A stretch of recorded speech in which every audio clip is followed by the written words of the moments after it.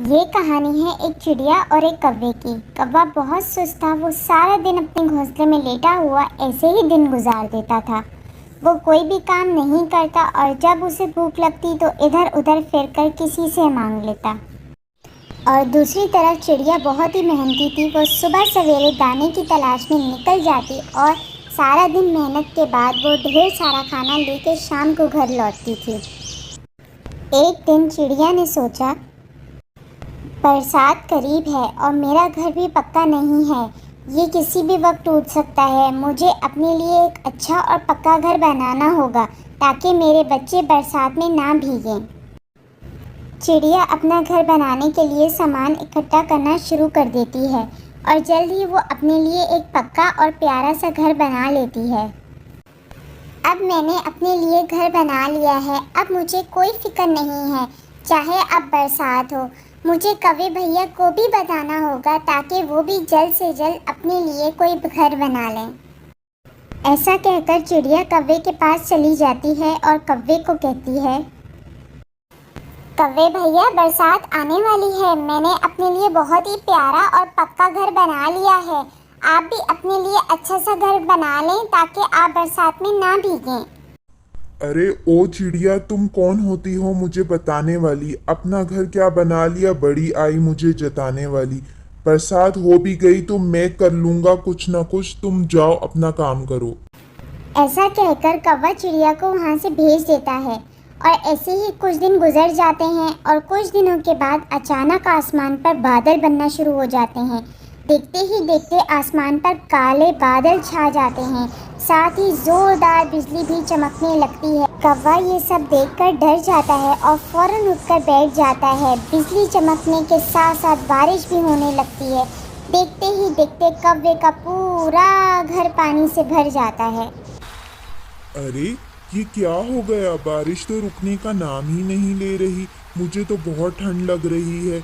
चिड़िया ने बिल्कुल ठीक कहा था, बारिश होने वाली है। काश मैं उसकी बात सुन लेता। अब मैं क्या करूं? किधर जाऊं? ऐसा करता हूं, चिड़िया से ही मदद ले लेता हूं। वो ज़रूर मेरी मदद करेगी। अरे चिड़िया बहन, अंदर आने दो मुझे, मैं बारिश में भीग गया हूँ। अरे कौन है बाहर?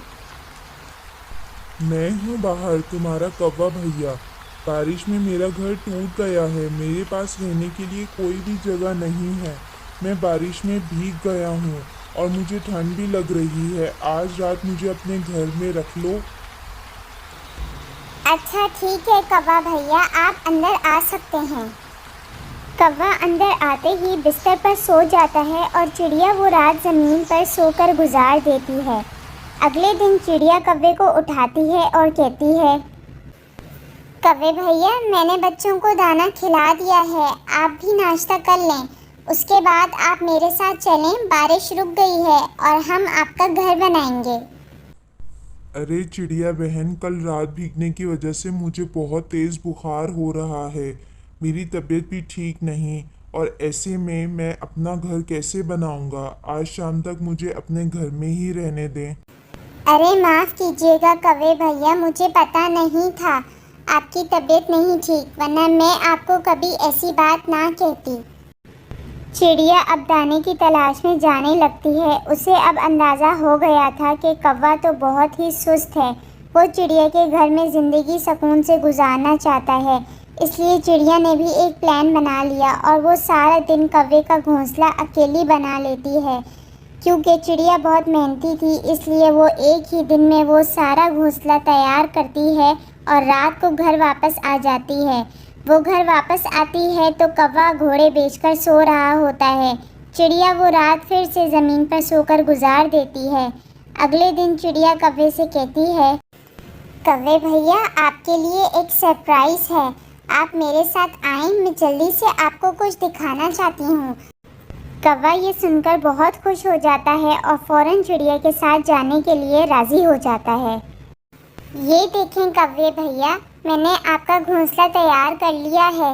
अब ये पहले से भी बेहतर हालत में है। अब आप अपने घोंसले में सुकून से रह सकते हैं और अब आपको अपने घोंसले में कोई भी परेशानी नहीं होगी। अच्छा, अब मैं अपने घर चलती हूँ। मेरे बच्चे भी भूखे होंगे।